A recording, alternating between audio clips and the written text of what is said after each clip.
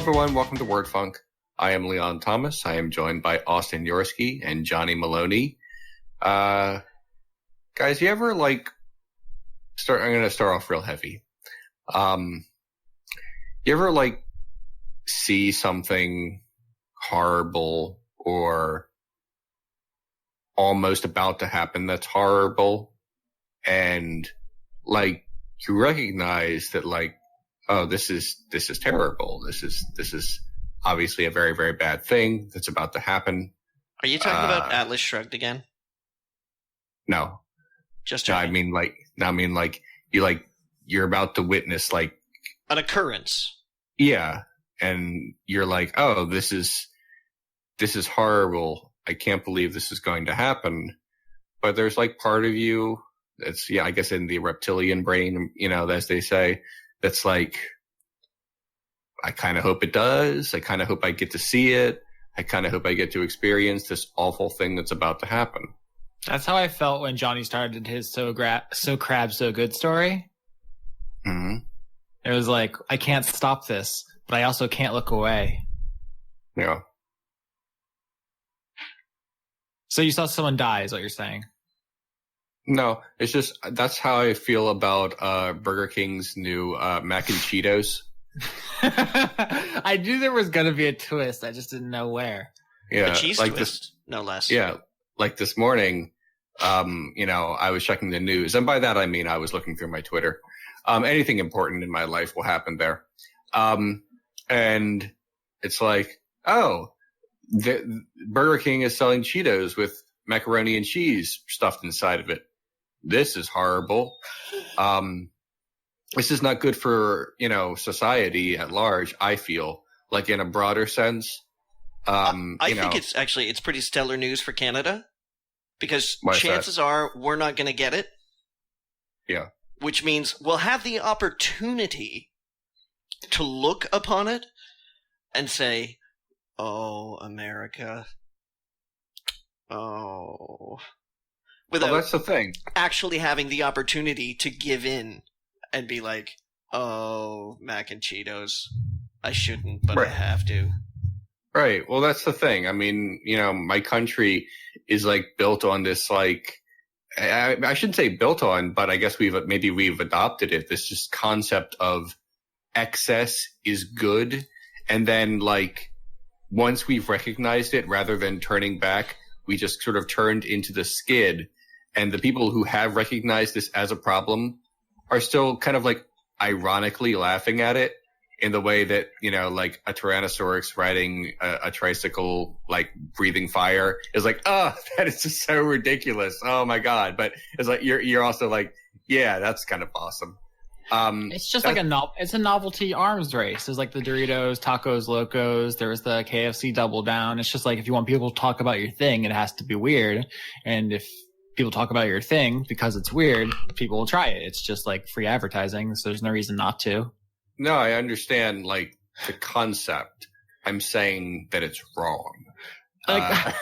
Would we be sitting here talking about it if Wendy's had introduced the totally normal burger? Nothing weird about this burger. I completely understand why it's happening and why they did it.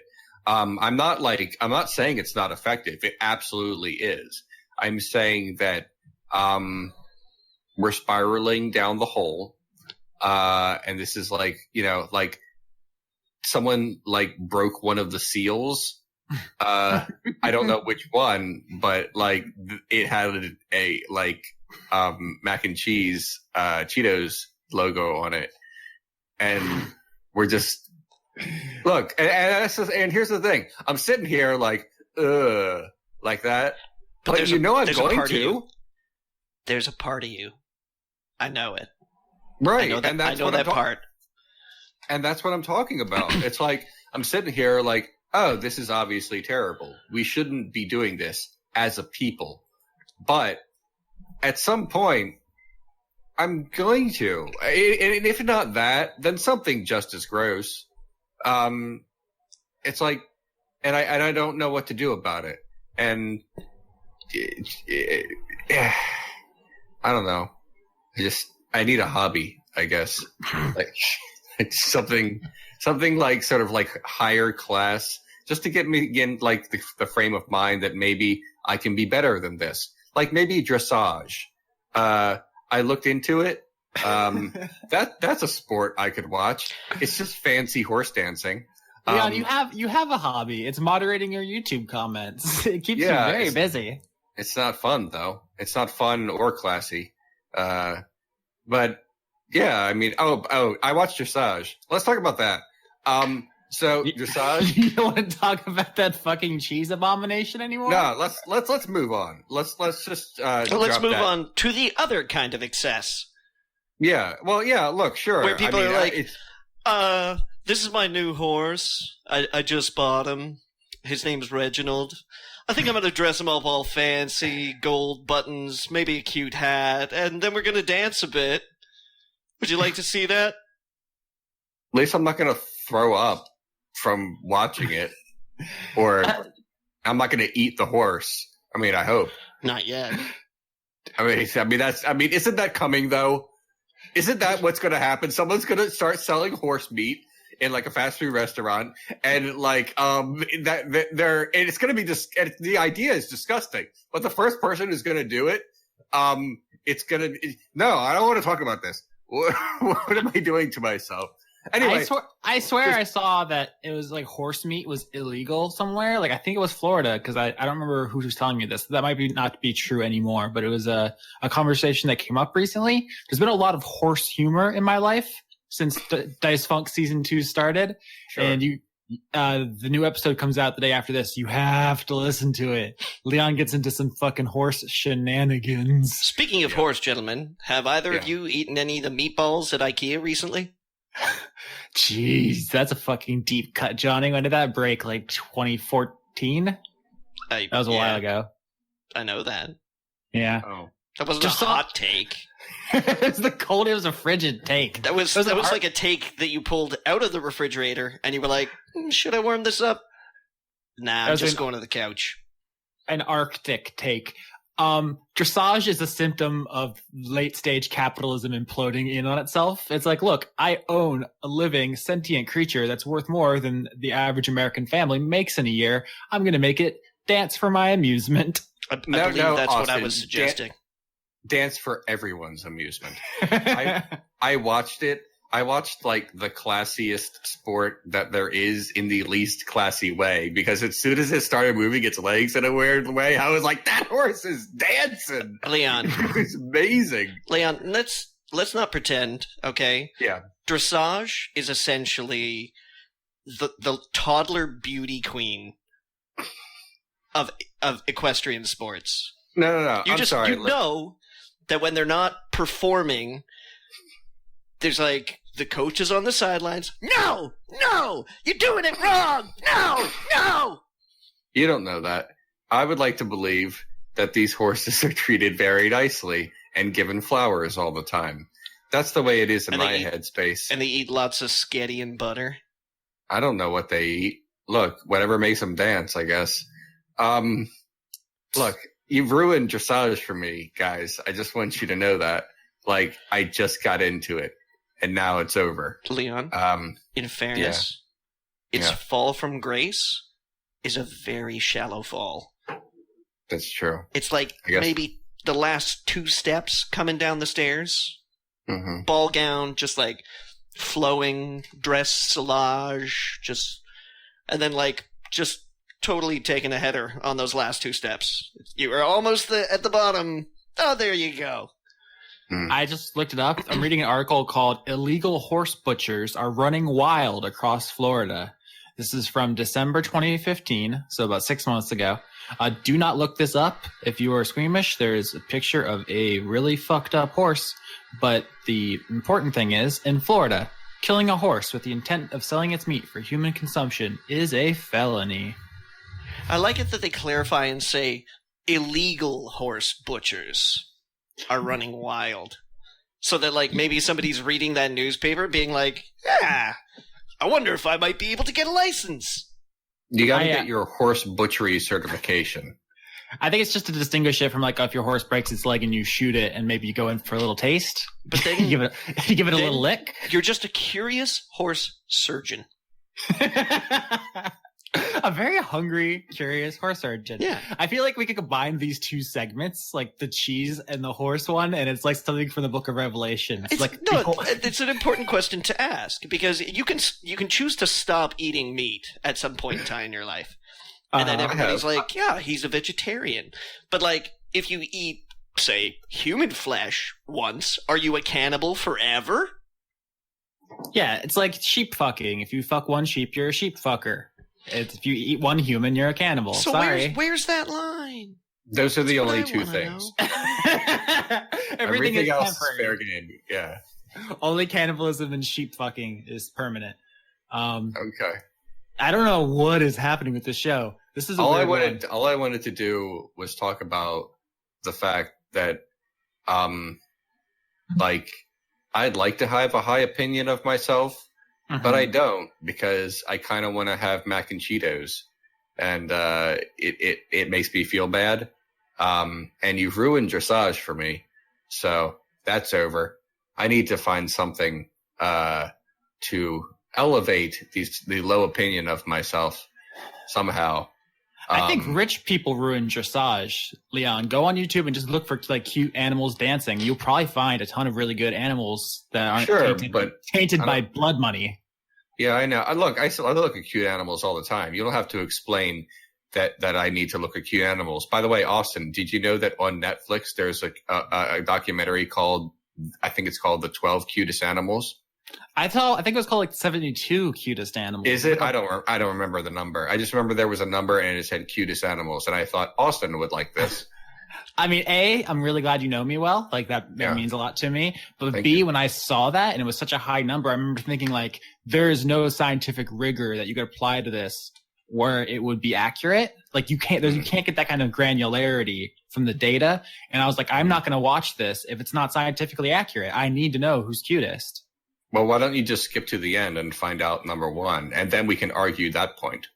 I mean, it's Johnny, right? Like, spoilers. Number one, it just shows a picture of Johnny. Thanks. Johnny's the cutest animal. I saw a really good video earlier of an otter eating out of a bucket with his little hands, his little paws, and he was making these like squeaky noises. It kind of sounded like the raptors from Jurassic Park, which is cuter than it sounds. It's really good, guys. Otter's adorable. Speaking of Netflix, I found a collection of several different test patterns from all around the world on Netflix. Mm-hmm.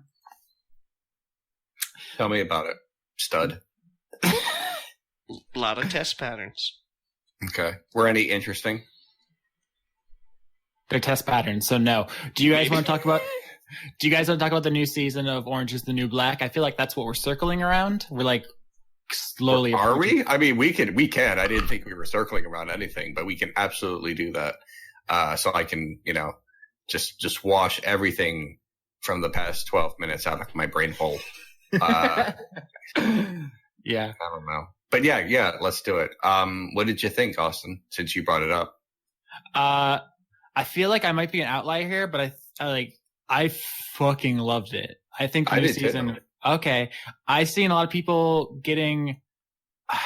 I don't want to dismiss people's feelings, right? Because if you watch something and you have a reaction, that's legitimate. It's your genuine feelings. That's fine. But I feel like a lot of people were being like really nitpicky or whatever. Like it's a show made of subplots about a bunch of complex different people, and it's like you can have favorites and ones that you don't connect with very well. But like on the strength of the whole season, like the highest compliment I could give this is like, I wish I had written this. Like that's the way I feel about Mad Max Fury Road or like the Bo Burnham specials or something. It's like, this has like everything. It's fucking hilarious. It's like frequently like sweet and romantic. It's clever. It's cutting. It has like genuine satire. And like it gets close to like South Park territory a couple times, but I feel like that's one part. He means good South Park. First of all, there is no good South Park, but I will talk about the one thing that we're obviously going to talk about. I mean, I don't want to spoil it. Like this literally just came out, and only psychopaths like us have binged all of it already. I haven't touched it yet. Oh, in that case, we won't. I don't want to spoil it for Johnny. But yeah, there's a thing. It's just a thing because almost all the good shows that I watch now, Stephanie watches with me. So, like, I only just started watching this season of Game of Thrones. Yeah, no, I know the synchronized girlfriend schedule thing. That's why it took us like 8 months to watch Breaking Bad or some shit. Yeah, because you gotta be considerate. But yeah, anymore. And I'm just not good at that. What? That's crazy. Who would have seen that coming? Speech. I can't do it. Yeah, I would never attempt. Johnny, I'm just completely in your head right now. We have like the same brain on that so hard. I would just never do that. I would just never lie like that. I just don't know what to do. Never mind. No, the worst is when you're alone at home on the couch. Yeah. And you're just like, maybe I'll just watch like 15 minutes or something like that. And then the door opens and you're like, don't look at me!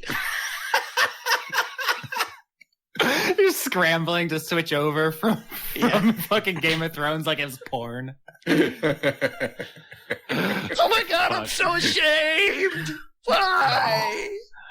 But that is one of the good things about being single now. Like, I've crushed all of Orange. I crushed Voltron, Bloodline. Like, I've just been wrecking TV lately because it's all up to me. Yeah. But yeah, so... I'll pretend that's a win for you, Austin. It's a big win for me. I gotta tell you, like, I'm like watching stuff now, and I don't give a shit. like, like I don't have to like check in and say, "Hey, should I?" No, just go for it. It's great. I try to make the best of every situation. So. Right. I mean, it's not perfect, but there is that. There's pros and cons. Yeah. But like Leon, you say you don't like South Park at all, and like that's fine. I think it's hit and miss. I think there's plenty of terrible South Park and plenty of times where like I think they hit the mark. I think Orange walks a similar line, but succeeds nearly all the time. Like, I don't know, maybe we'll look back in like 15 years and say like, whoa, that didn't age well. But right now it feels really vital. Like there's Black Lives Matter material. There's like gun control material. There's a lot of stuff that feels like this was written like weeks ago, as opposed to however long it was. The difference between an episode of Orange is the New Black about a thing and an episode of South Park about a thing is that Orange is the New Black is never super uptight, obnoxious about it.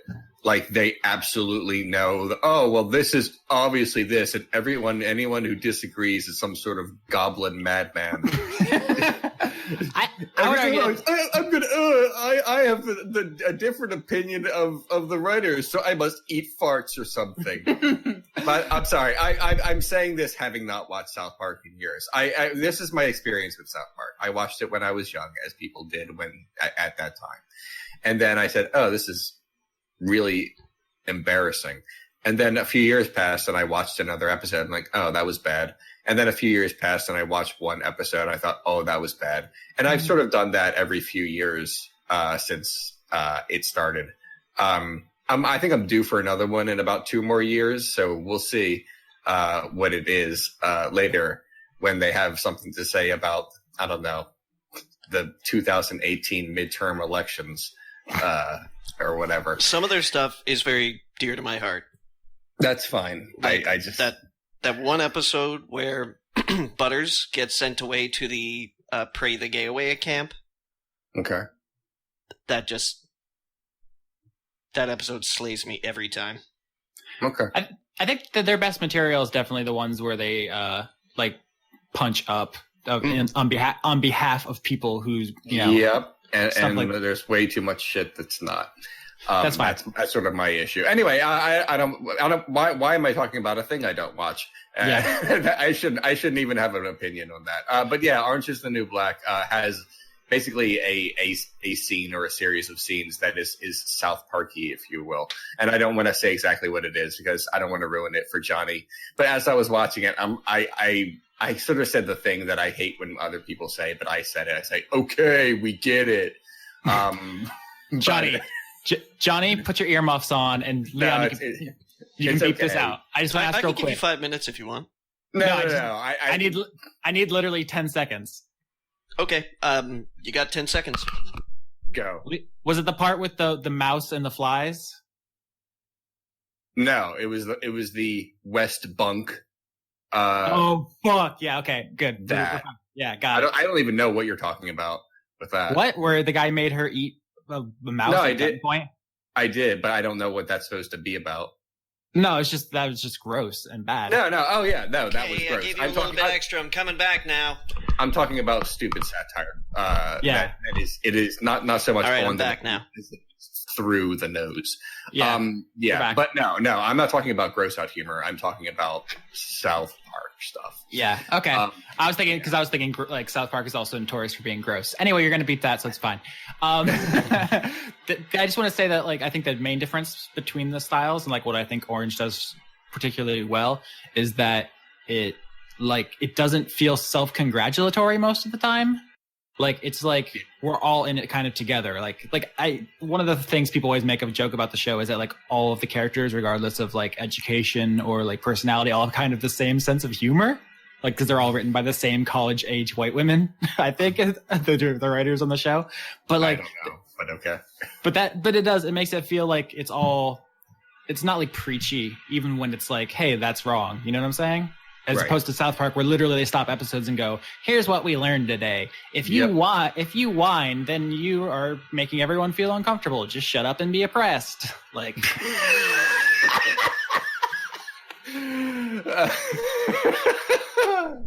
thank you for that. But that's the thesis of the bad South Park episodes: is that people need to just be quiet and let bad things happen to them sometimes. Yeah. Okay. I guess we shouldn't talk too much about the specifics of the season for Johnny's sake. But I thought it was strong. I know some people. I have a few issues with certain things. But when people talk about, there's so many plot threads and I can't keep up with them all. Here's the thing. When a plot thread comes up and it's about a character I don't give a shit about, that's the moment where I check my email. I'm sorry. I mean, this isn't a spoiler for Johnny because this has been going on since season 1. When literally anything related to the romance between the guard and Daya, and the eventual pregnancy and all that other stuff that happens with it, I do not give half a shit about it. It's like, I'm sorry, but okay, so you're basically a rapist, whether it was, quote unquote consensual or not. Mm-hmm. And you are in a terrible situation and that sucks, but nobody's handling this well. And I hate everyone involved and everyone has just a series of bad decisions and no one is good. And I don't care. And I basically, I just hated everything that was related to that. So, and there isn't a whole lot of it later on, but the aftermath is there, and I don't care, and that's fine. That's what I like to call a Jon Snow chapter. I was about to compare that to Game of Thrones. It's like there's so many subplots. It's fine if there's some you don't like. Like it's okay. It's like there's plenty more stuff to get into. But one thing I'm sorry, go ahead. I was gonna name a couple of thoughts I had, but you can. Oh, I was just going to say, this is not a spoiler at all because it kind of started a bit in season 3 and it's definitely more prevalent in season 4. But I'm really happy that we don't have a main character anymore, I guess you could say. They've completely given up on the premise that this is based on that book by Piper. Like she is not a main character. None of this really happened. Like it's fine. No, I don't care about any of that. I'm never going to read it or care. Or look into any of it because it might have spoilers or something. But but no, in all seriousness, like the quote unquote main character of season 1 is just another character by the time halfway through season 3 happens, and certainly in season 4. So it's like, okay, if something bad happens to you, that sucks. But you're just one of many now, and I think the show is stronger for it. And I think some people have a problem with that, and I don't, and that's fine. I think that's one of the strongest choices they've made over the years is that they've gotten away from her as being like the audience surrogate, acknowledged that she's a bad person, and made her face some fucking consequences, finally. I think that's the coolest thing that they could have done with her. My main problem... Oh, Johnny, No, you're back. I was just going to say, she served her purpose in season 1 and season 2 as like the vehicle. She Trojan horsed white people into watching the show. Yeah, totally. Yeah, that's like the that's show sort of was never about her. It just sort of followed her because she was the window in. And now that we're all 4 years deep, we're all like hardened cons. Yeah, it was the only I guess my biggest problem about season 1 and season 2, even though they were really, really good, was that I guess the premise is, a white girl with an education is going to jail. I'm like, oh my God, like lots of people go to jail, but you're not special at all. And we shouldn't be thinking of a white girl as a fish out of water in jail, because that has weird implications. Yeah, and they address that all the time. Like, there's really smart black women and there's really stupid white women in there, and like they play with all those expectations and stuff. Yeah, I certainly appreciate it, that aspect of it. I just that Piper irked me for that reason. But anyway, I think it's she's handled better now. And in general, I really like season 4. I'm not going to get into any specifics, but yeah, I thought it started strong and ended really strong. So I would say my main complaint is that the villains are pretty one-dimensional. Like, there's not a lot of gray in some of those situations, and that does deflate some of the moral questions that the show has going on. But it's kind of a minor thing because you're mostly just there for the jokes and interpersonal drama of the characters. Well, I think some unsavory characters have dimensions to them, and there's a couple who are just fucking monsters. Mm-hmm. And I'm okay with that so long as not everyone's a fucking monster, because some people are just fucking monsters. It's an important distinguishment to make, because we are following a show about people who are incarcerated, and the question you have to ask about people on that end of the law is, what did you do wrong? Are you really, quote unquote, a criminal? Are you misunderstood? Are you a product of the system? Or are you just a fucking psychopath? One character, like I think it was in the first episode, says, I made a mistake. Everyone makes mistakes, and not everyone ends up in a box for it. And I was like, okay, that's neat. And some of the characters who were in there for years and years are in on like tiny minor drug charges, and then you learn like one of the guards had a drug charge that they literally like left and like let him out. Like, do you know what I'm saying? Yeah. It's like the way that law is applied in not equally across demographics. It's almost like the show has something to say about society, man. Yeah, it's a pretty solid show. Any final thoughts on this before we move on to something else? We've been, we have time. I was just wondering if we have any other topics this week. I mean, I sort of have something, but I don't think anyone cares. So, if there's any other topics you guys want to talk about this week, I will open the floor, I guess you could say. I mean, I'd like to hear your thing, Leon. I do want to say one thing I liked is that they finally did something with Healy, like the counselor guy who was kind of just like a weird misogynist for a bunch of it. And they tie that in with like some of the more delicate handling of mental illness that I've seen in mainstream TV. Yeah. And like the way that all resolved, I don't know. I identified with it pretty hard because like his whole story with like his mom abandoned their family and had mental illness and stuff is like something that happened to me in my life. And it's like, I had, like, he's like basically a gross sexist because of that. And it's like, that could have easily been me. Like, I had gross ideas about women until like my late teens. And it's like, there, but for the grace of God go I in some ways. Yeah. And it's like, I really liked the way that they finally brought that to a sort of conclusion. So I thought that was cool. But it's so hard not to talk about spoilers because this is like a comedy show. It's like, it's kind of like what I want to do with Dice Funk, where it's like goofy comedy. Oh shit just got fucking real. Goofy comedy. Oh God, there's so much blood. Goofy comedy. You know what I'm saying? It's like, that's my tone. That's my aesthetic. And I really dug it.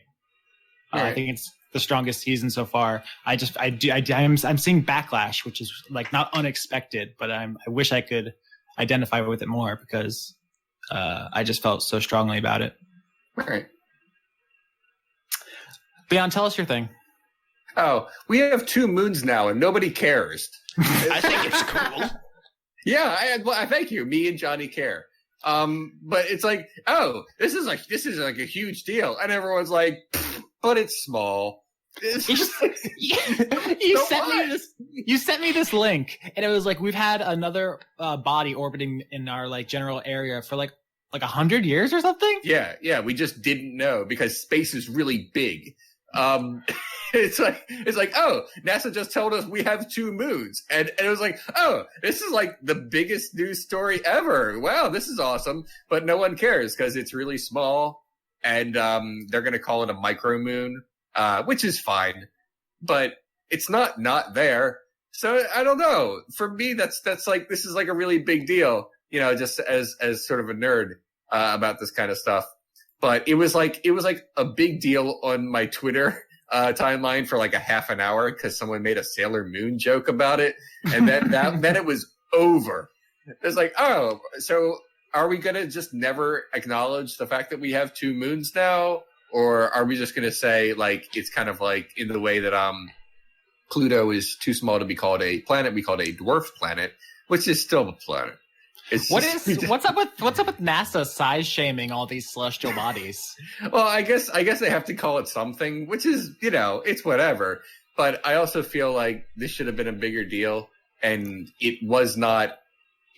Like I turn on my Facebook and it tells me the 3 biggest things that are allegedly happening in the world, and sometimes it's important, but mostly it's Power Rangers releases teaser poster for upcoming film, and I guess I don't know. It's very how I feel about Cheetos. It's like I want to focus on things that are important, but I'm everything is inescapable. The shit. But yeah. Bryan Cranston. Yeah, look, I like Bryan Cranston as much as the next guy. Actually, less than the next guy. I don't care. He's good, but I don't give a shit. He's a fine actor. I liked him in one thing, but that I never finished. But the fact that he's in a movie doesn't mean it's going to be good. I'm sorry. He was in Godzilla for like a cup of coffee, and it didn't make it good. It just meant that Bryan Cranston was in it, which means there was going to be some pretty good acting in the scenes that he is in. Unlike Idris Elba in The Gunslinger, which will definitely make it the best movie ever made. Well, he kind of exudes a kind of cool that can sort of elevate certain things. But I don't know, Bryan Cranston. Oh, you're a good actor. That you're going to be Zordon. Neat. You're going to be ahead. Good job. Good job being ahead. It sounds like it's going to be really hard work. Nice head work. I didn't even really care, like that was like just one joke. Yeah. What were we talking about? I lost my train of thought. About how I'm going to be the first man on the micro moon. Oh, the moon. Shit. Yeah, I mean, it doesn't matter. It's been here for 100 years and we never noticed. But I mean, it's a cool like factoid. Yeah. I mean, we've learned something about not just space, but space as it relates to our planet. Space right next to us. Yeah, space that's pretty close. I mean, from a universal standpoint, practically next door. So I just said factoid, and that's like the suffix oid means like similar, but not really. So like factoid isn't the actual word to use there. I meant like little fact. It's a very commonly misused word, and I feel like a dummy. That's fine. Does anybody else have anything to talk about before we enter the questions? We're like a half an hour in, huh? I just want to say this because I mentioned that I started watching it just this past week. In the first 4 episodes of this season of Game of Thrones, more happened than all of last season. Yeah, Game of Thrones went from one of the worst seasons in the history of television to one of the best. It was fucking awful. It was just bad, dreary, hateful garbage, and the new one is fucking phenomenal. It's hilarious. First of all, it's just very, very funny. It has actual stakes, pretty amazing cinematography, just like it's cool as hell. and like so I'm shit's really actually enjoying happening. it. Yep. Really enjoying it. That's all I want to say about that. I'd really like to. I know that like last Sunday's episode was like crackerjack. There's a oneer, like a one shot scene in it. It's like I don't know how they did it. I don't. It's cheating, crazy. Probably. Yeah. Apparently the episode cost $10 million to make. Jesus Christ. Well, lucky we just have that money lying around then. Yeah. So, yeah. I have Game of Thrones thoughts. No one, you're not far enough and Leon doesn't care. So I'll guess get there. And then not we'll talk. time or the place. We'll chat. We'll talk. Yeah. Okay.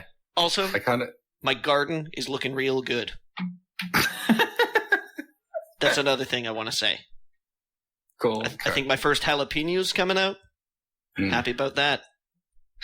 See, this would normally be the episode where we talk about E3, but since we're not allowed, this is going to be, that's a weird one. You should go listen to our latest episode of Game Crunk, which has Yusuf Alshaker from Blistered Thumbs on it. That's where we talk about that stuff. I explain the whole Death Stranding trailer. Have I mentioned that we're on Google Play now? I have Dice Funk and Game Crunk on Google Play, cool. As well as Podbean for browser and Android and iTunes for Apple. Probably not the best place to announce this if I haven't already. Fine. I forget. That's fine. Austin, whenever you say blistered thumbs, do you do the sign of the cross? No, I don't care enough to be bitter or like. No, I'm just being a dick. I know. I just think it's funny that anyone, because I know people who like think about like conspiracy shit in like the reviewer community, but like no, it's the stakes are so gosh dang low. Who cares? Okay. I kind of want to walk up to Zordon and say, "How's your head?" and hope that he says, "Never had any complaints." Yeah, I was trying to fit a head joke in earlier, but I fumbled. I'm glad you picked it up. Yeah. Anyway, I'm done now. That was literally You gotta it. stay ahead of these things, guys. Boom. This is turning into an Austin Powers bit. Good job, guys. Should I ask questions? You can answer questions. I mean, for a second there, that sounded really philosophically universal. Yeah, Should I ask questions? You can ask questions. You can answer questions too, depending on what you were actually planning to do, Austin. Do you guys want to have a Socratic dialogue right now? I meant ask you the questions on behalf of the people who sent them in. Sure. Socrates was an asshole, but we can absolutely... He had a sweet beard, though. Sorry. That doesn't really change... You know what? No, I don't want to get into Socrates. I'm sorry, Leon. Now. I'm just saying that assholes with sweet beards, really contemporary. Yeah, Leon, you're really gonna stir up a fuss in the Socrates fandom. I just feel like if Socrates came into our time, yes, he would. He would like look like he fit in. I mean, he'd have to get a trilby, but beyond that, and then he'd be like, "What's your problem?" And somebody else would be like, "What's your problem?" And he's like, "What's your problem?" Leon, how superior do you feel for having better values than people thousands of years old where they didn't even have like basic hygiene? Does that make you feel like a big man? I feel like, yeah, actually it does. Thank you for letting me know that. I'm sorry, but the whole things were different back then thing works to some extent until you think about, I bet not everyone thought that. It's not an excuse. It's not an excuse. I'm just saying it's like what's the point of even dunking on those people? Like I will dunk. I will dunk. It's like when people say like, Christopher Columbus did a lot of horrible shit, but you got to consider this was like 500 years ago. It's like no, he was like recalled back to Europe for being too much of an asshole for them.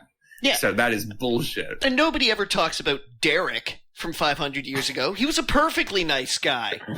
Yeah. I think there's a pretty clear line between genocide and maybe having some bad ideas. So, I mean, he didn't lead a European empire to a whole new continent and just worked at a really modest shoe shop. I like to think, Leon, what kind of what kind of contempt will people hold us in thousands of years from now? They absolutely should. And by people, I mean not me, but lots of other people. No, I mean specifically us. I'm saying, like, there are probably things we say and think right now which will be considered, like, laughably awful to people in the future. Good. Okay, and they should condemn us and hard. Okay, good. I'm glad we're on the same page. No, I know that I'm basically crap. I mean, I'm thinking about eating mac and Cheetos. Okay. That's true. I'm always, yeah. I have a low opinion of myself. That was the start of the show. You don't have to, like, if you can shame me now and I'll be like, yep, you're fine. I'm not trying to shame you. I'm saying I feel like everybody. Well, you did. Everybody in their time does the best to be the best person they can with the knowledge they have, with the beliefs they were raised into. No. All right, hold on. Let me. Most people. Some people, yes. Some people do, in fact, try to be the best that they are based on what they are, and some people, even of their time, are pieces of shit. Of course. I'm not arguing that. I don't know. Maybe Socrates, by the standards of that time, was kind of a dick. Like, I bet a lot of people, who maybe had some, of the same ideas and were raised in the same time and place of Socrates, were like, that guy goes too far sometimes. And that's how I feel about Socrates. You could easily make the argument that most philosophy comes out of waking up in the morning and saying to yourself, nah, fuck these people. Oh my God. Look, in all seriousness, no, I know. It's really a time period thing. I just feel like being kind of a jerk to someone who's been dead for centuries is you can't do anything about it. Word Funk, episode 113. We put Socrates on blast. Take that, you old beardy fuck. No, I bet he had a lot of good qualities too. Yeah. I just want to say that the thing people are complicated, all right? Thomas Jefferson was a rapist, like what could I do about it? Yeah, I guess we all contain multitudes. Yeah, right. That's all I'm saying. I understand that. I was just being a jerk about it. For no particular reason. That's one of my bad qualities. Being judgmental not only to myself, but literally all of humanity. So, I mean, at least I'm part of it. I don't, Anyway, want to do questions? Sure. I forgive you both. Thanks. After you drag my boy Socrates for 10 minutes. Okay. Anarchic Q asks, when are we going to stop pretending that Thomas Jefferson wasn't a rapist? No one's pretending. He's a rapist. He was a rapist and a slave owner. Everyone knows this. I know, but like whenever you say like Thomas Jefferson was a slave owner, everyone was like, yeah, that's true. And then as soon as you say he was a rapist, everyone was like, well, I guarantee you, if you say Thomas Jefferson was a rapist on Twitter right now, you'd have a bunch of people basically trying to apologize for it. That's a but social he wrote experiment. A mean letter. I guarantee you that will happen. That's sort of what I mean. Anyway, we can talk about questions now. That's a social experiment I want no part in. No, it's fine, but I feel like I'm right. You're probably right. But the thing with I know we keep doing this. The founding fathers in America get some kind of weird exemption for all their shit, and also I know. It's fucked up. Right. Okay, I have to not because we'll be here all night. Anarchic Q asks, don't you guys know? No, that they invented citizens' rights, which is why nobody else in the world has democracy. The question is, how do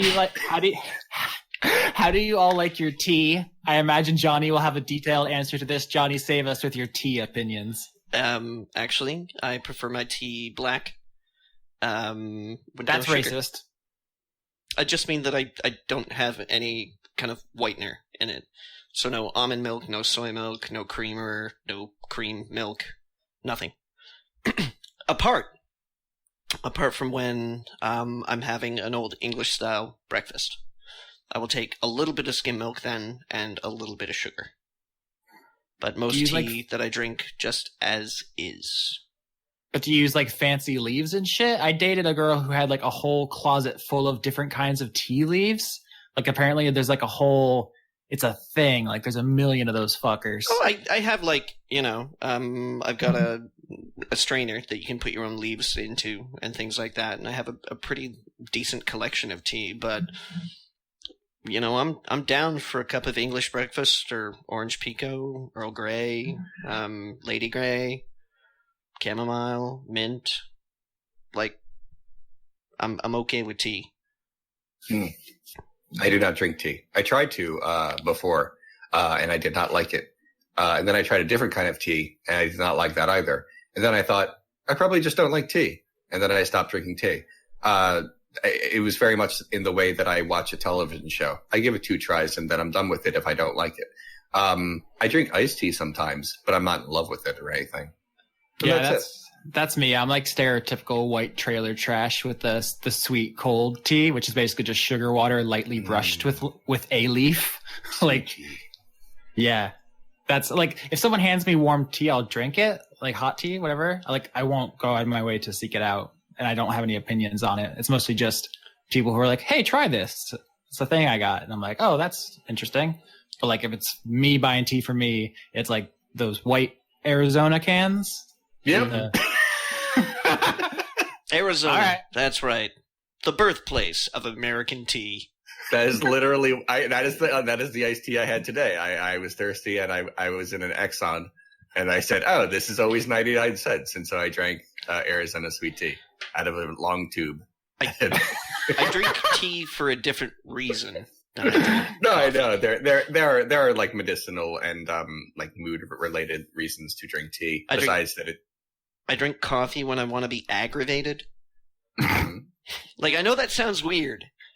But, when I'm writing or when I'm doing work or something like that, I feel like coffee does a better job because it riles me up. Mm-hmm. But I will drink hot tea when I want to calm. Even caffeinated tea, hot tea will soothe me. Soothing. Next question? I don't think there's much else to say about tea. You know who really loved tea? The founding fathers. The bigots, the founding fathers. Famous racists, the American founding fathers. Right. Oh my God. Perfectly nice people for their day, but tremendous racists. Some of them, I'm sorry, but no. Some of them, yes, I'm sure. Some of them, I think, genuinely shitty people. How weird is it to think that if like morality is objective, most of the nicest people who've ever lived are definitely in hell? Which is why morality isn't objective. I know. The universe also is super because there's no such place as hell.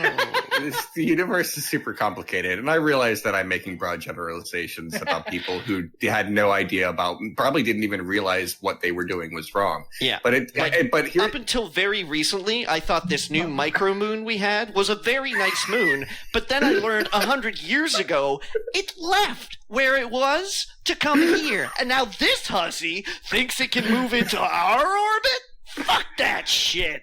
Here's the thing about this is the last thing I'll say about how some of our founding fathers may have been raping people. Look, here's the thing. That's a mouthful for a title. Here's Austin, earlier in the episode you said like you can do a lot of bad stuff, but that's not what defines you. But if you fuck one sheep, then you're a sheep fucker forever. That's kind of how I feel about that particular thing. And I realize that maybe not everyone feels that way, but I do. Never mind. This would be something about Orange is the New Black. Yes, that's exactly what I was thinking. Right. It's like, I'm sorry, but you're not going to make me feel good about this. Yes. Never. Yeah, definitely. That's why when anyone literally says anything about certain people in history who were definitely rapists, I'm like, it doesn't matter. It's like, I don't care. I hate when people tell me they were descended from Genghis Khan. I'm like, you know why, right? There's certain acts of evil that define you forever, right? Because you have to have you have to be wired in such a way to commit them in the first place. That Anyway, guys, I feel the same way about Sucker Punch. When George Washington was crossing the Delaware, do you think he was thinking to himself, like, man, I really hope 3 fuckboys in the future don't drag me on a podcast? That would suck. this would all be for naught if I get fucking called out in the future on the internet. If he did think that, I'm gonna give him points for forethought.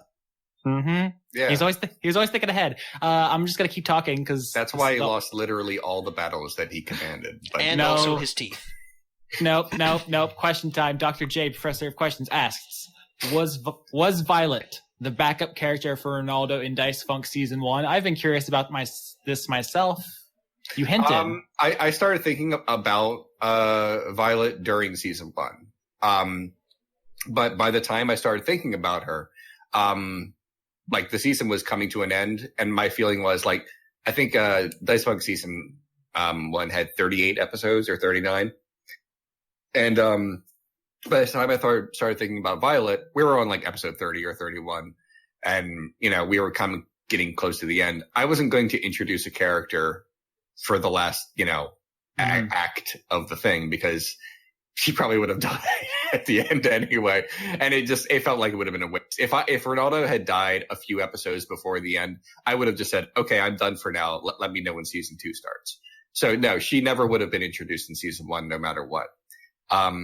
But there was a possibility that Ronaldo would have been in season 2. Violet was never going to be in season 2, but Ronaldo may have been in season 2. I mean, I'm sorry. Violet was never going to be in season 1, but Ronaldo may have been in season 2. Yeah, exactly. Well, this begs two questions. One, who would you have replaced Ronaldo with if he had died during the scene in the twist, to keep it vague? And two, Johnny, would you have let him use Violet if he had brought that to your table? Oh, shit, no. I wasn't even thinking about like bizarre characters until like much later on. I had a very like sort of grounded idea about what I wanted my characters to be at the time. I just started as a joke, I started thinking about it, and then I was like, this might be fun. And that happened like much later on. I don't know what I would have done. I guess I would have created a new character, since that's only like the halfway point, but it probably would have been something a little more mundane. Yeah, I didn't think Johnny would let you either. You know what I might have done? It wouldn't have I might worked have let him go through the whole process of making the character, and then just straight up killed him. I don't think it would have no reservations. Right. Look, season 1 of Dice Funk is funny only because the characters decided it would be, but the tone of season 1 is actually very dark and kind of gross, and I don't think Violet would have even made sense for season 1 at all. Whereas this season, I don't like Austin says, it's like The Princess Bride. Think about that tone. So I feel like it does fit, even though Austin had severe reservations about. I also considered killing Violet early on, but I just want to. Here's the thing: I don't think that would be fair. Like, role playing is about it's a collaborative narrative experience. We have to trust each other, and I'm trusting you, like, to play this in a way that makes sense and see where it goes. And if you die, you die. If you don't, you don't. I don't want to force it, but I definitely had reservations because it breaks the balance of the game. Like, you can move twice as fast as everyone else. You don't have the right number of limbs for like armor or whatever. But we'll just see what happens. We'll see what happens. She also has a lot of downsides, like she can't climb ladders. So if we come across a ladder, I'm sunk. So you better not make any ladders. It'll be weird. I don't know. I sort of get the impression that verticality is going to be a theme here. Well, the new episode's a thing. All right. Yeah. Next question. Yeah. Let's see here. That one's just for me. I don't want to get into that one, maybe. Okay. Demented Dawn asks, since Hi, Leon Demented Dawn. Hi. He changes his name like every week. We might need a nickname for some of these people. I know who this person is just because this is like one of my earliest followers on Twitter. So I just know who this person is. Yeah. Hi. Dawn's rock and roll. Yeah, you were really young when you started following me. You're probably like an adult now. Good. Yeah, I feel like I know a lot of our like listeners and commenters through 5 years of this. But the question is, Leon touched on this in his latest Renegade cut. But what do you do when you feel lonely and unable to connect with others? I did watch your video on Anomalisa, even though I have not seen that film, which is not something I usually do. But spoilers. Yeah. Spoilers that you made a video on Anomalisa? No, I mean, like, I don't know. Yeah, I mean, in general, yeah, I wouldn't recommend like watching my show on a movie you might want to see, because I spoil it all within the first minute just to get all that out of the way. What was the question exactly? What do you do to connect with people when you feel lonely? I don't know. You don't know? You haven't solved it? Nope. Yeah. I got lucky, and there's like a few people in my life who I can kind of talk to. In general, I have a very difficult, it is very difficult for me to understand what other people want from me when they are talking to me. So, make of that what you will. But, yeah, I just got lucky that over the course of 34 years, I found like a handful of people who more or less we get each other. We'll see how long that lasts. I'm the worst person to solve this riddle for you, though, I'm afraid. Yeah, I mean, this is obviously like the whole point of your video is that this might be a question with no answer. But you talk about this in the thing, but like I definitely feel the most lonely when I'm around other people. It's like I don't go partying, like I don't hang out with large groups of people because it just feels like there's no actual connection. We're just like near each other and being very surface level. And I mean, I can be totally alone for like days at a time and it's not even a thing. Like I don't mind being alone. I actually feel more lonely around people usually. So I guess that's not an uncommon experience. I don't know if it's like the majority, but asking for a single answer. This seems like the thing where like if I was a responsible person, I would say like maybe see a therapist and see if they have a better answer than random yahoos on the internet. Because there's certainly that. But I mean, we got a question last week, which was like, how do I find people with similar interests to talk about? And like, I was just like, the internet. Yeah. But I mean, look, I mean, in all honesty, the people in my life, who I either interact with them over the internet quite a bit, or I met them on the internet and see them in real life. That's kind of how I've met people. It worked for me, kind of. Walking up to strangers doesn't. I don't get it, and I guess that makes it. I'm bad at answering this question, so I'm gonna nope out. Yep. Well, yep. There's 7 billion people on this planet, so just the statistical likelihood of just finding a person you connect with is, but the math is bad. So it helps to have things like the internet, which you can use like data to narrow that a little bit. But I don't know, man. Johnny, you've been quiet. Are you thinking, or are you just like, No. I've got a couple of things that have worked for me in the past, I suppose. Okay. One of the first things is to not be shy about mining the connections that you do have. Rarely in my experience do people who say that they don't really connect with other people have no connections. A lot of the time, it's an unwillingness to be a burden on other people. It's an unwillingness to be that friend. And you shouldn't be shy about that. I mean, there's a difference between being needy and actually putting effort into a connection, a relationship, a friendship, whatever you want to call it, and trying to get what you need from that. If that's not doing it for you, because speaking as someone who has a shit ton of hobbies that I do not share with my significant other, I often find that when I want to enthuse about particular things in my life, or even non-specific things, that I can't go to her about it. And that can make me feel lonely. That can make me feel like, oh, nobody gets me. Oh, and I'm not making fun here or anything like that, but being absolutist doesn't help. Austin's certainly right.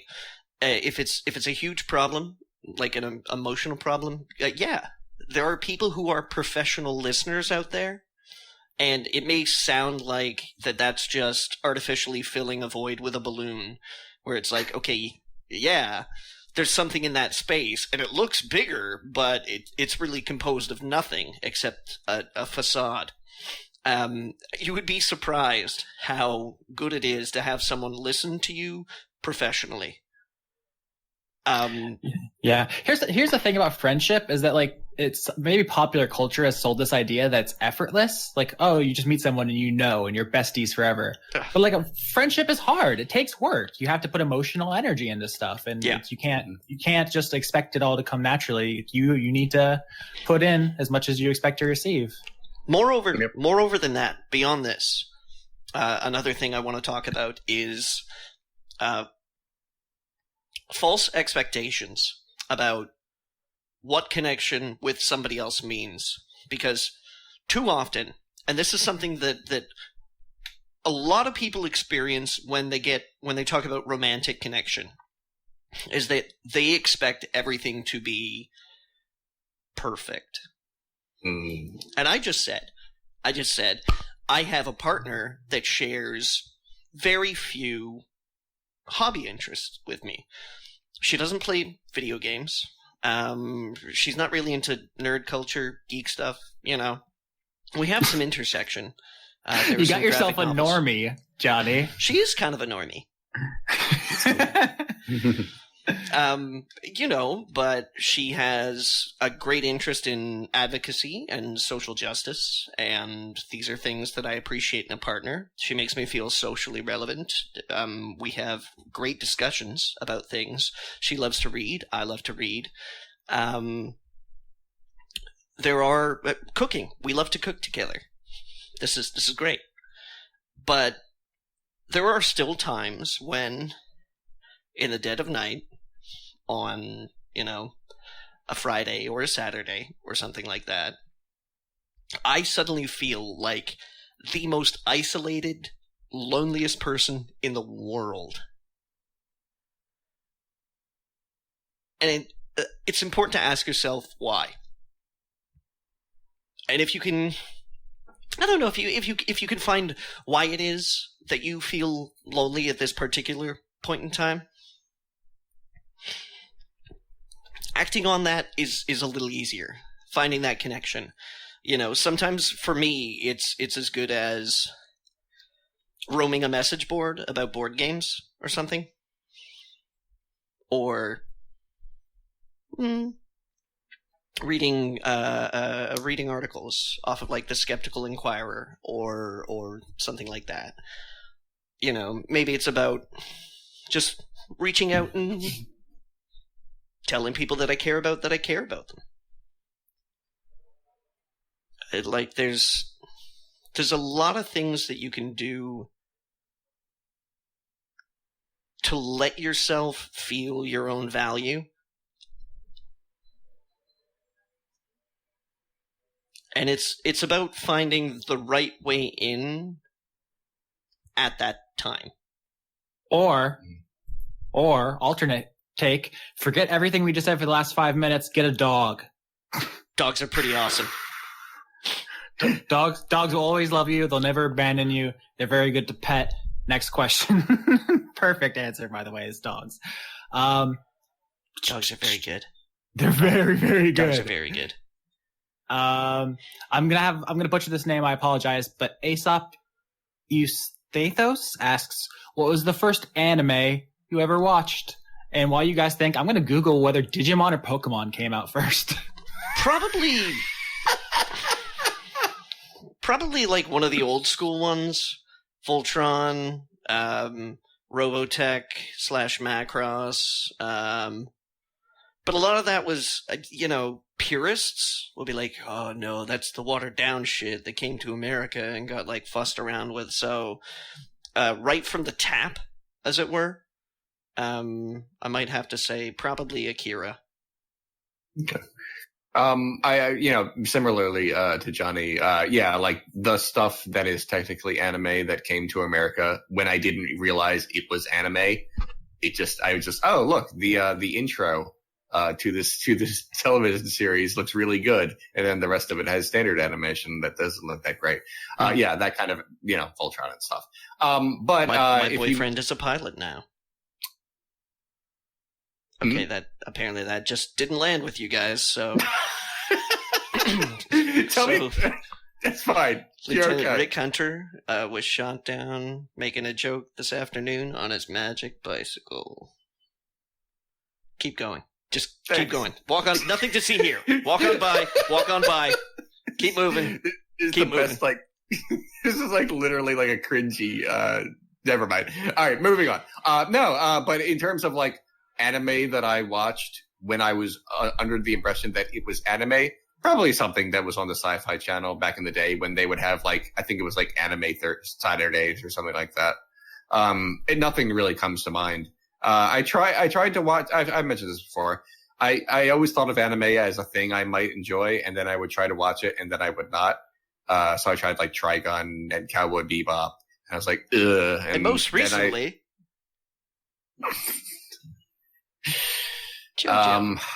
yeah, basically anime where there's a lot of punching. I don't care is what I'm trying to say.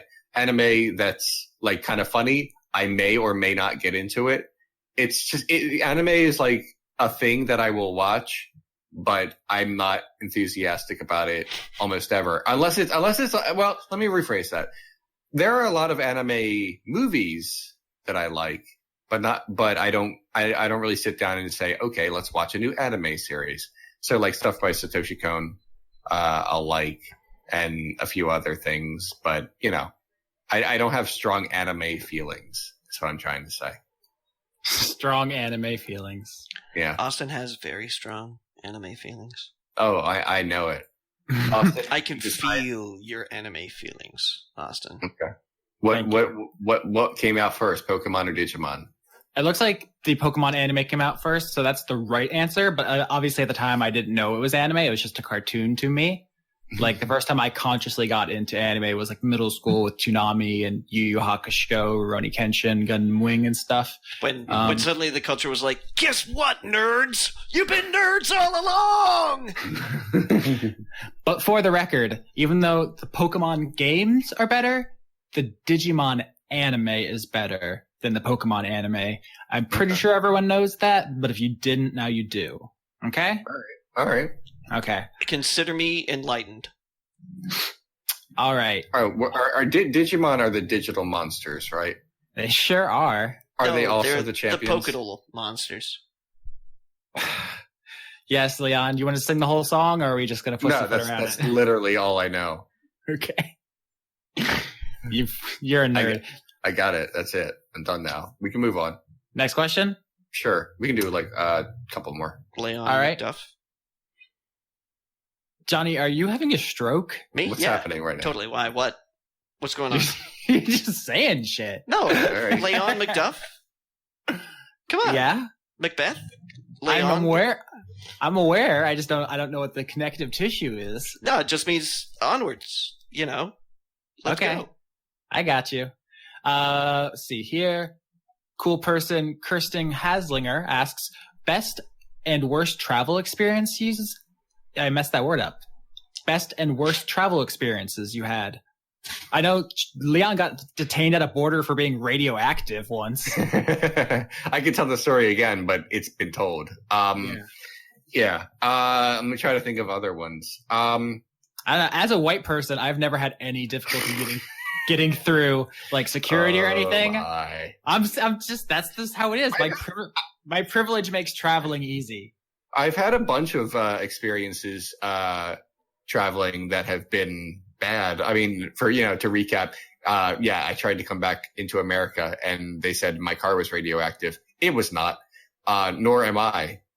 It was just that someone near me, had X-rays recently and that, had this residual effect. But it was not me, and they cleared me, and I left.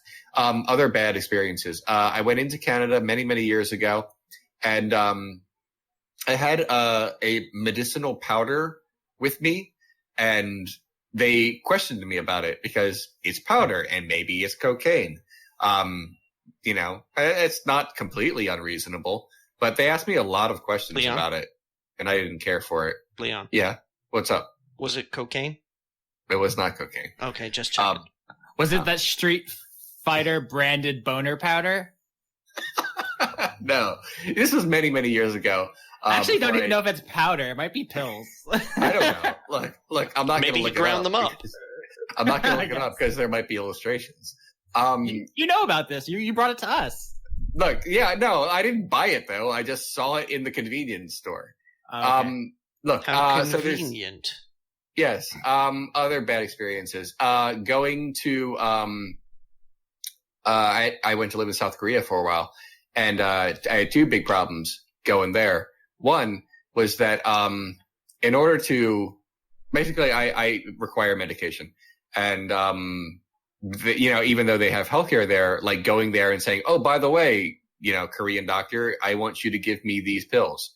That might not work the way I wanted to. So instead, I had my doctor, and I don't know how legal this was, but to give me a year's supply of my medication in big boxes.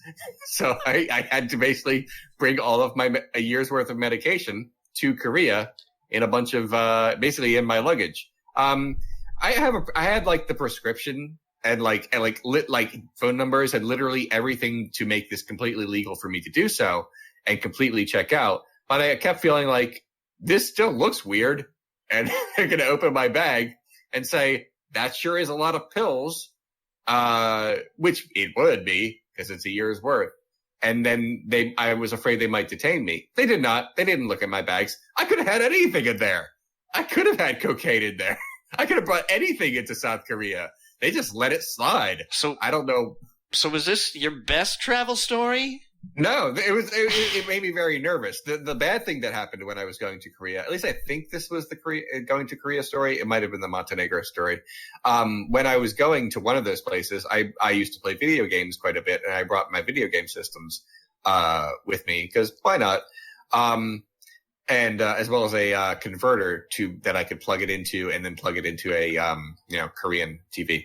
And it worked, by the way, but not the point. The point is, when I was going there, someone did look into that bag because there was a bunch of electronics in it, and they wanted to make sure that it wasn't a bomb in the shape of a Wii.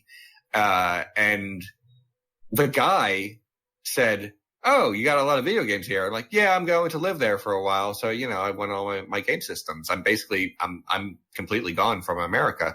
And he says, "Oh, that's cool. Oh, you had a PlayStation 3. And I'm like, "Yep." He says, "Oh, and you have a Wii." I'm like, "Yep." He's like, "Oh, well, which one do you like more?" And I said, "This honestly fucking happened." And I said, honestly, I guess the Wii, just because it has, my favorite games. So at the time, my favorite games were No More Heroes and No More Heroes 2. He was like, "Get on the casual plane." At least I think it was. But anyway, yeah. So I said, I actually like the Wii more just because, it's just a, for me, any game system, all it really is which has the games I like. I don't care about, the chips. So anyway, but I briefly explained that too. "Please step out of line, sir." No, he was way more of a dick about it than that. I said, "No, I like the Wii more because blah." And he said, and he genuinely, he looked at me real hard and he says, "I think you mean PlayStation 3. And I said, shit. Gamers, have fucking chill, please.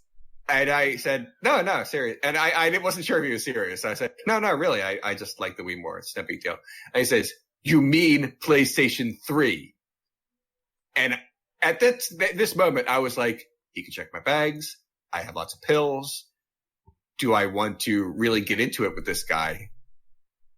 But I was feeling kind of uppity at the moment, and I said no. And then eventually we kind of stared at each other for a while. And then he said, "You can go." And then we left. And this is why Leon won't talk about video games on this show anymore. Gamers are fucking awful. You're all terrible. I would prefer it if he sent you to the casual plane where the pilot had to only use waggle controls to steer.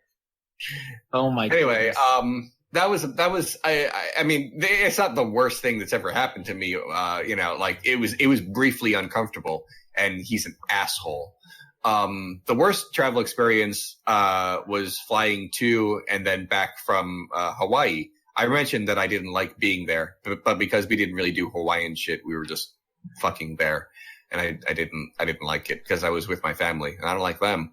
But no, it was just the issue of flying to Hawaii was that I'm in a little seat and I can't sleep sitting down, so I just didn't sleep for the whole way. And like, we didn't have a lot of money, so we got like one of those tickets where you have to make a bunch of stops, like, you know, on the way, at a bunch of cities before we go into the Pacific. So I was awake for like a really long time. Like, I forget exactly how long, but more than a day. And I don't do well at that. And then it happened again on the way back. So that was it, because I was in a lot of pain, I guess you could say, because I just don't handle that well at all. I guess that was my worst traveling experience. Going to Montenegro. Like, I flew to somewhere and then I flew a really small plane the last leg of the trip to go to Montenegro. And when I say it's a small plane, I don't mean it's like it was like the Wright brothers made it or anything, but very few of us were in it, and it was tiny. And I kept feeling like, this is the kind of plane that goes down the whole way. This is the one where, like, when it crashes, everyone was like, well, duh. It barely had anything inside of it. So it didn't make you feel like Indiana Jones? No, it did not at all. It was very uncomfortable. I didn't like it. And I didn't like being in Montenegro either. But I mentioned that before. Everyone was a Dracula there. So that's it. Sorry, I went on a long time about a bunch of shit. I'm sorry, I took up a lot of time. Do you guys have any travel stories you want to talk about? I feel like I took the stage too much there. Sorry. God. Johnny? I've been to Florida. Nice. How was it? Do you have any of our delicious alligators? I didn't, actually. I didn't have any alligator. I was a little young. They're pretty tasty. I would love to try some. I've been to Florida. Snake too. I want to eat snake. I'd like to think that since Johnny has been to Florida and I have been to Florida and Austin has lived in Florida a long time, that at some point we were on the same street as various sized children, and we just kind of passed each other and didn't say anything. I've never lived anywhere else but Florida, for the record. Okay. I've been other places, but best travel experience? Yeah. Hit it. About like 7 or 8 years ago, I guess it was. My brother and I decided to do a road trip tour of the western and southwestern states. Washington, Oregon, fucking Nevada, Utah, California, Arizona. We did not. We wanted to go to Texas, but they were having flooding that year. But yeah, saw a bunch of weird, cool shit. Slept in some really fucking strange motels. Like just the middle of nowhere. Like, hey, is that bullet hole fresh? You know. Saw my. This is probably. I don't know. I'm just going to leap in. I saw my favorite tombstone in the world. Did it have something funny on it, or was it like someone famous, or what? Something funny. It reads, "Here lies Lester Moore, shot to death with a .44, no less, no more." Was someone trolling him, or was that like? That's it. It's in Boot Hill Graveyard in Tombstone, Arizona. And there's a picture I have of me standing next to this fucking like tombstone, like I just won the goddamn lottery. I'm like, oh my god! Is it like famous, or did you just like it and memorize it? No, there was old Boot Hill Graveyard is like a famous place.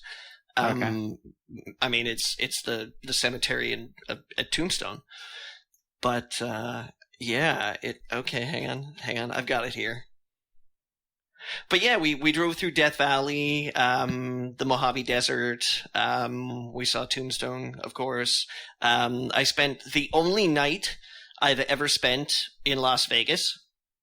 Oh God, total disaster. That town, I am like, it creeps me right the fuck out. It's just the weirdest thing. But yeah, it was kind of nice. Like, it was really low key. My father had passed away not that long ago. I think only about a year at this point in time. And it was just an opportunity for me and Tom to just go and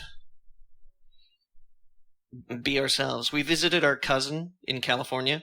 That was nice. And yeah, just some cool shit. That was nice. Worst travel experience?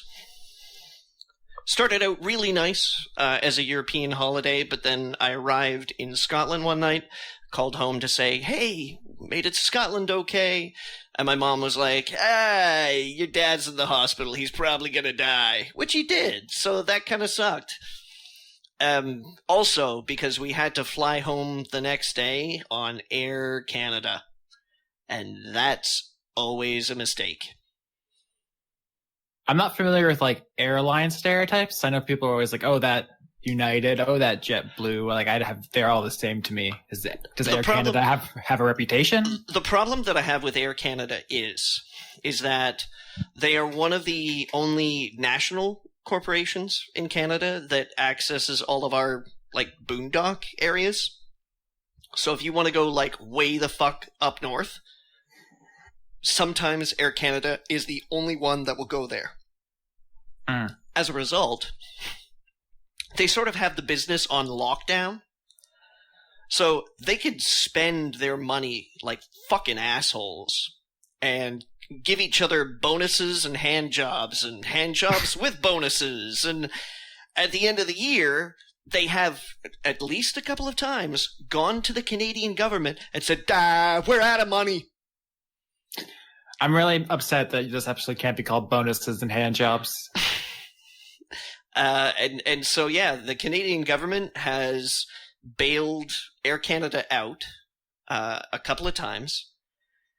And almost every time they do, it's like, CEOs get better stock options, like bonuses across the board. Oh, by the way, we're not serving meals anymore. And the price of the ticket's going up. It's like the worst fucking airline in Canada. But because they have these fucking like distant locations on lockdown that nobody else is doing because they're not profitable, but Air Canada will do them because they get government money. Thanks, Canadian Obama. Oh no, that was way before Canadian Obama. I did that. It wasn't supposed to mean anything. It was supposed to be gibberish. Yeah. I don't have any good travel stories because they're basically all good. Like, I don't think I've ever taken a plane or a bus or anything that wasn't just perfectly normal. You told me that one time that you went to the grocery store and they had that chocolate milk. That sounded that's not a travel story. That's a shopping trip. The only like bad story I have, Austin, 150 years ago, that would have been travel. My only bad story is I flew to New Jersey and then we drove to Philadelphia. And since I spent like my entire early life in Southwest Florida, where there is no elevation change, like the place I'm from, like I never saw a hill until I was like 15. Did you get nosebleeds? I didn't get nosebleeds. I got physically very violently ill. Like we had to like pull over it so I could throw up all over the ground just because the car was like going up and down some hills. Like it wasn't even a big one. It was just like the ground went up and down, and so my body was like, road sick. Yeah, my body was like, that's not how to do. That's not how this works. What is hap? So that's like the only thing I can recall. That's pretty gross. Travel sick is like the worst kind of sick. Yeah. Because all you want is just be like, I want to go back to blanket in bed with pillow that I love. But now I'm in Tallahassee and there are like hills and stuff. So we get flooding in addition to all the other things that Florida is famous for being awful at. And that's my story. Like horse butchery. Apparently, illegal horse butchers are running wild. Don't ask me, man. All right. I think we're out of time, Leon, yeah? Yeah, I guess so. I mean, unless you guys have anything else you want to say before we go, then we can go. There's Pruitt Holcomb, real quick, and he might need a nickname too, asks, to me, why did you decide to go to law school? Is there a type of law you want to practice? Recent law school graduate here. First of all, congratulations. Second of all, Pruitt. I did this entirely on a whim. I had no desire to do any of this. Like, this is not like a lifelong dream of mine. I got a degree in literature and then spent 7 years being a content creator, which is the worst thing a person can be. It's very dehumanizing. Thanks. Yeah, I know, it's bad, right, Leon? Doesn't it consume your every waking moment with stress? Most of them. Yeah, it's tough. Yeah, but Leon, how would you feel about creating content for free? Because I, the listener, asked you to. Oh, here we go. You'd be nothing without me, your audience, you. But this is exactly what I was thinking, was I don't want to do this forever. So I just kind of on a whim thought, I'll just take the test to get into law school, see what happens. And I nearly got a perfect score on it, and I'm getting like a scholarship to go. So I don't know. So in other words, Pruitt, I'm really sorry, but it probably turns out that Austin doesn't really give a rat's ass, but he's going to be amazing at it. I don't want to put up a front that I don't care at all, because I do want to it would be nice to help people do justice, but it's this is not a personal crusade of righteousness I'm embarking on. I literally one day was eating a sandwich and I was like, maybe I'll take that test, see what happens. Okay. When you get your lawyer business card, your slogan has to be, it would be nice to help people do justice. It would be. Either that or Austin Yorsky, I was eating a sandwich. I think it was peanut butter and banana, to answer your question. Nice. Oh, God, that fried? would put you in the mood for justice. Pan fried? Did you pan fry? Delicious. I'm so hungry for justice. No, Johnny, raw and cold, like the revenge I serve. Oh, wow. No, I don't know what type of law I'm probably going to do. Maybe just peanut butter law. Peanut butter and jelly law. No, I was thinking. All I want you to do is stop those illegal horse butchers. Someone has to. Running wild. I was thinking probably just public defender, because that way I get to help people, but without the guilt of going to bat for guilty people or corporations, like rich people or whatever. I mean, there probably is guilty people a public defender has to do, but at least, Yeah, there will be. Most assuredly there will be. At least they'll be poor. So that way I don't have to feel bad about selling out. I'll be the poorest lawyer, which would be cool. Austin Yorsky, I'm the poorest lawyer. I'm just thinking, I just really want to make your card. Yeah. I'll send them to you for approval. Have you seen season 1 of Better Call Saul? Kind of like that. Basically. Austin, if you get into a lot of lawyers get into become politicians later, and then you can legalize horse butchery. Just free up all those cases about illegal horse butchery. Yeah. I mean, just someone from the inside. I have no interest in prestige or financial success or anything. It's whatever. I don't care. Sure. I'm not ambitious, in that way. Not because there's no, I don't know. I don't want to get into this right now, but as long as I have a roof over my head and food, I'm fine. I don't need much. So. Okay. I don't know. A hot peanut butter banana sandwich sounds like it would be a step up. I'm pretty happy the way I am. People always make fun of me because I'll just buy a $6 bag of rice and that'll be what I'll eat for a month, and everyone jokes on me, but it's jokes on you. I saved a lot of money, and I don't know, whatever. I'm just used to being poor is the thing. I've always been poor, so I'm comfortable with it. Mm-hmm. I guess I'm scared of change. So okay. Do you know what you should be scared of? What? Scurvy.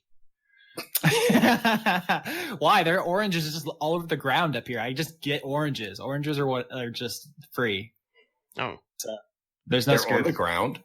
They're everywhere. Oh. Yeah. Like for free, or is there like a really thin string attached to one, so when you grab for it, so it pulls? What about jaundice? Are you scared of jaundice? So when I used to do lawn maintenance, like I was the people who like you see on the side of the roads cutting lawns and shit. Like we just go into people's yards and like while we're cutting them, we just take the fruit on their trees. Sorry if you were already suspicious of those people. Now I've justified that. But Wow. Yeah, mostly like tangerines and bananas and stuff. But there was this one yard we used to do that had a lychee tree. I don't know how that's pronounced. Johnny probably knows. I love lychee nuts. Yeah, we just went ham on those things, man. Like. They're crazy. Good. They're really fucking good. You know what they taste like? They taste like white freezies. Is that a freezy? A thing I should know? It's like a popsicle? They're sort of like, they're the popsicles that come in the plastic and you cut the top off. Okay.